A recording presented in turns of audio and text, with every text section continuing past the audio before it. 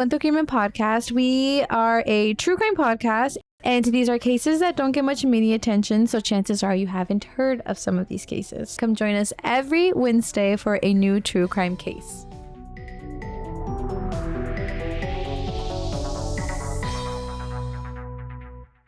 Hey everyone. Hola a todos. This is Shahaira. And this is Stephanie, and welcome back to Cuento Crimen Podcast. And specifically, welcome back to another segment of How I Almost Got Kidnapped. Yeah, so we have 2 new stories for y'all, and it will be the same dynamic as the last video. Jahaira will tell us a story, and then I'll do the same. And then we'll do commentary and all that stuff. But yeah, thank you so much if you tuned in again for another segment. We appreciate it. We appreciate the support. And hopefully y'all are enjoying it. Mm-hmm. So let's get to another story of how I almost got kidnapped. So this one came from a college friend.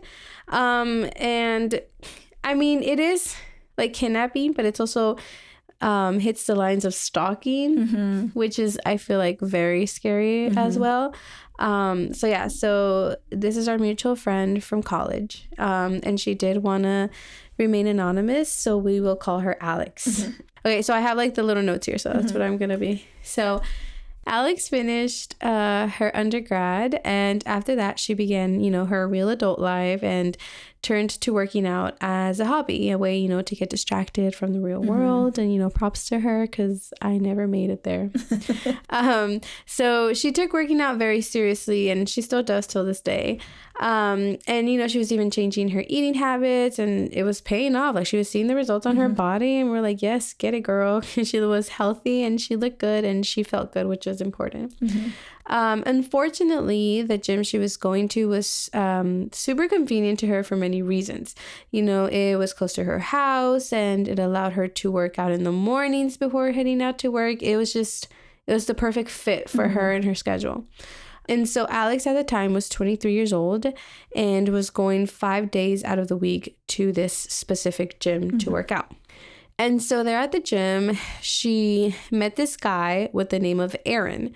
And Aaron approached her and started a conversation, which is wonderful. Like, that's what you want to happen at the gym, for a guy to come and converse with you. And it was a normal conversation. Like, she did not think much of it. She didn't go much into it. It was just very on the surface type of conversation. But that's basically what kind of opened the doors to the interactions that were going to happen within the next few days. So this kind of started like the hi and bye, simple, how are you conversations. But then it turned a little weird. She says that he started working out around her. And, again, Alex didn't read much into it because, it was a public place and maybe they both had the same schedule, which is, pretty normal for most adults, right? And a lot of people like working out in the mornings. So I think more than anything, she was just like minding her own and not trying to pay attention to this dude. So that's what happened. And then there was a point in time where Alex was out of town for a whole week. She was in vacation at Cancun, living her best life. When all of a sudden she gets like this random text, and the text asks if she is okay and why hadn't she been at the gym for some days now. And so, she kind of sees and she's like, who is this number? Like, who's this person? Well, it turned out to be Aaron from the gym. But the weird thing is, like, she never gave him her number. Like, again, like, these conversations were just very everyday small talk conversations. It's not like they were cool. It's not like they were friends, right? They never texted before. And then texted, yeah. And especially if you didn't give out the number, like, then who did? How did you get that information? There's, like, no mutual friends between them, That's weird, right? Yeah. So first of all, that should have been the first red flag. So yeah, like Steph said, like, they didn't have any mutual friends. They weren't friends on social media, nothing, right? It was literally just like the hi bye and the gym that were connecting these two people. So she critiques herself here a bit, and she told us to emphasize that you gotta go with your gut feeling and not be afraid to speak up, or to not be afraid to be mean when someone violates you in any way.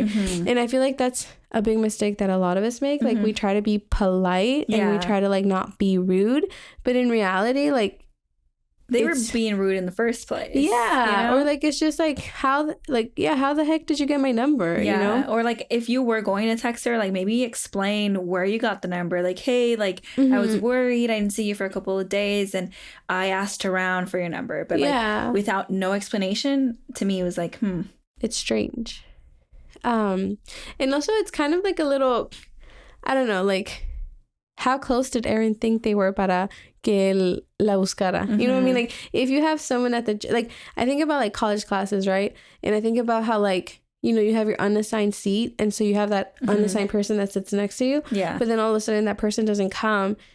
I mean, I don't know. I feel like I wouldn't really go out of my way to be like, hey, are you okay? Because at the end of the day, like, we don't know each other. We're just mutuals in like this setting, you know? Yeah. Like, it could be anything for her to stop going to the gym. Like, maybe she just changed gym, you know, or maybe she just doesn't want to work out anymore. Like, there's a lot of things. So, I mean, it's sweet, right? But it's also just a little like, And so she was a bit weirded out by the situation. I would too. But she decided to reply and not question how he obtained her phone number. And then, así quedó eso. And then like a couple of weeks later, he texted her in the morning saying, I am in the area. I can pick you up. No, you can't. Don't, you know? And after this, she, you know, obviously like her gut feeling was telling her that something was off, and then it was just red flags. So she ended up switching her schedule and she started to go to the gym in the evenings, which I think was pretty smart, you know, like just get rid of this person. But then guess what? He then picks up the pattern that she actually started coming in at the evenings. And so then he starts making his way at the gym at the evenings. So he also changed his whole schedule. Which is, again, creepy. It's creepy. It's strange. Like, why? Like, why would you go out of your way para estar al mismo, like, schedule que ella? Yeah. Like, it doesn't make sense. And again, it's not like they're friends, you know? Like, if they were friends, that would be something different. But it's not like they're friends. And so, you know, Alex kept this in mind. And so Alex, every time that she would exit the gym, she noticed that he would exit around the same times that she did. Like, it was either a little bit after or a little before her, but it was always around the same time. And so Alex said that one time, you know, she's paying attention to like these small details. And so she decides, okay, I'm going to switch it up. I'm going to leave 15 minutes past what I usually leave, right? A little later. And I feel like I would have started doing the same thing. And so she's like, yeah, I'm going to stay a little behind and, you know, maybe just kind of wait for him to leave. Like, a ver qué hace, right? Like, if this is his also usual time of leaving, he has to leave, right?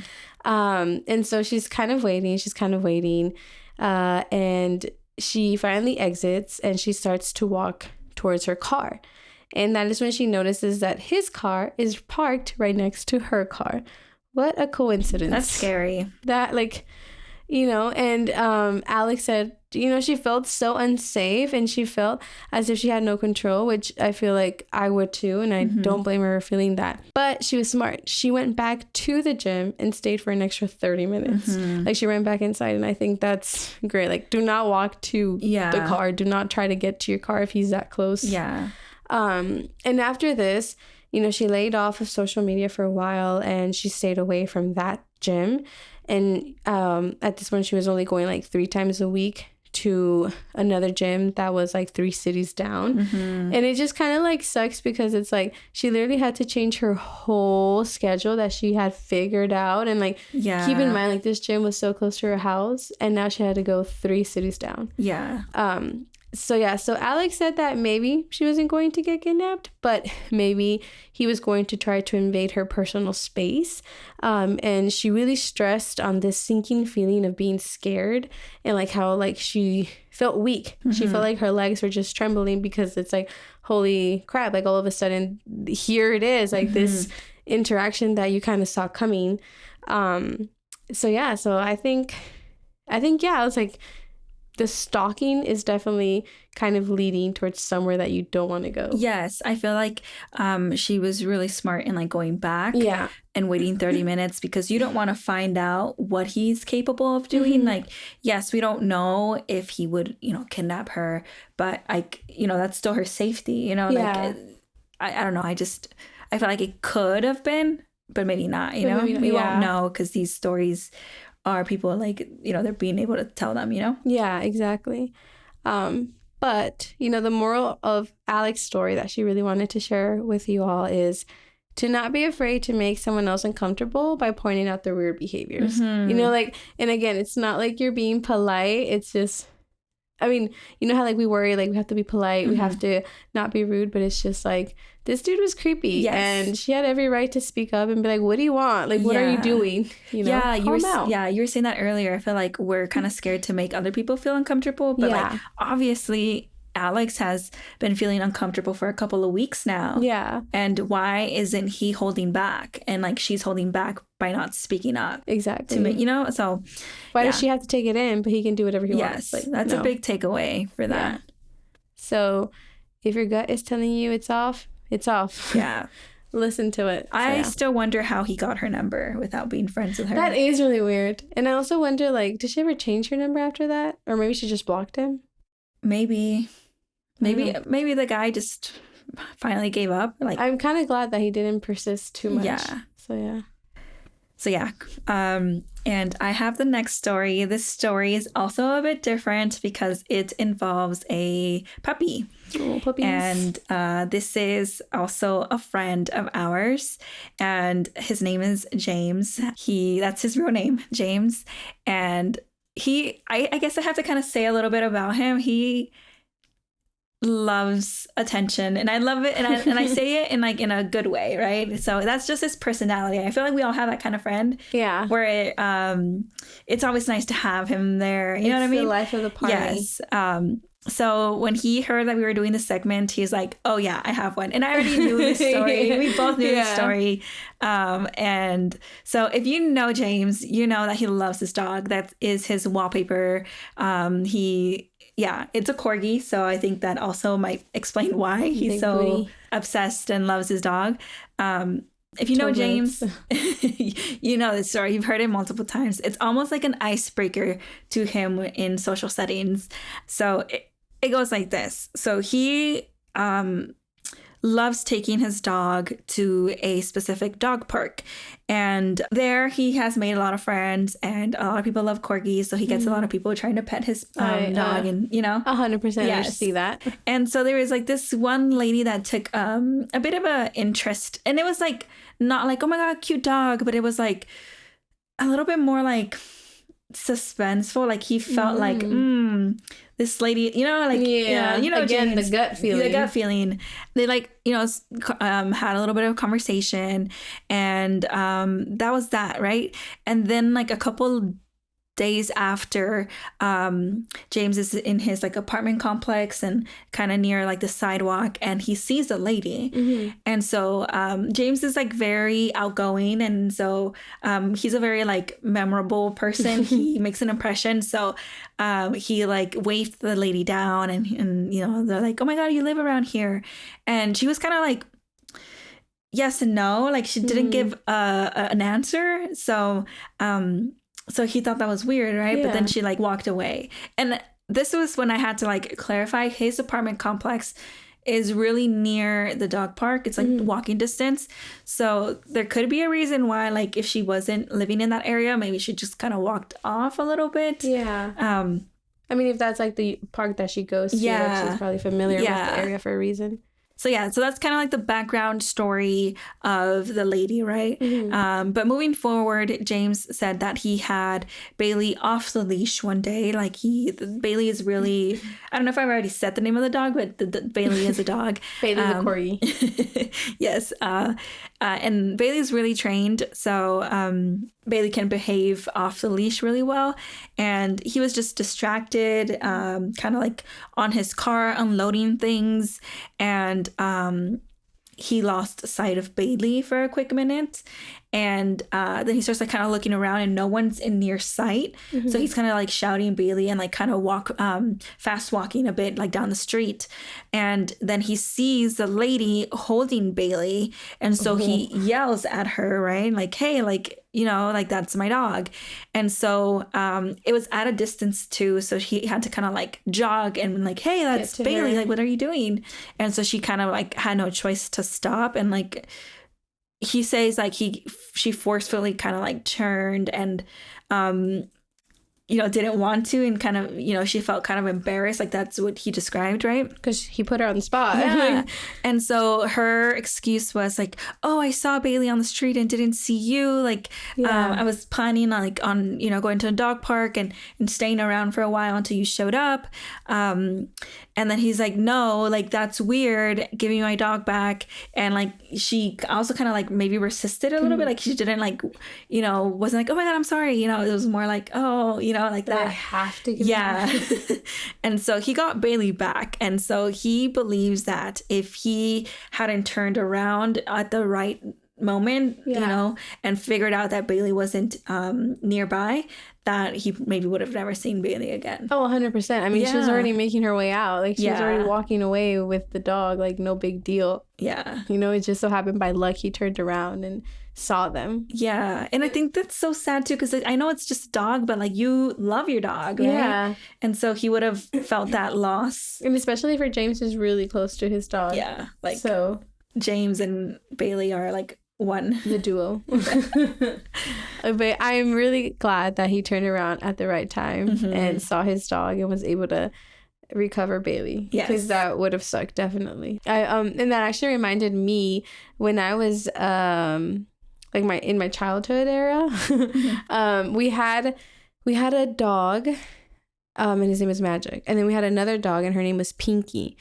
And now that I don't know what breed she was. I think she just like randomly came into our house one day and then we just kind of like kept her. And like in the city where we're from, there is like a lot of stray dogs. So we just kind of like picked her up. She had no collar, no nothing. And nobody came, trying to, ¿cómo se dice? Like claim her. Claim her, yeah. So we kind of just kept her. She kind of just chilled there. And eventually, like, she ended up getting pregnant, of course, by Magic. And now that I think about it, I think Pinky was either a pug or a Frenchie, because she had like that mouth situation, but like I don't know, I was too young. A dog was a dog to me, and so she was pregnant and like ya se miraba su pancita and everything. And then one day they were outside playing, because they were both indoor and outdoors. So they're outside playing, and then when it was time to pick them back in, it was only Magic. We never found Pinky. And we had gates and everything, like it was closed. So our guesses was that somebody took her.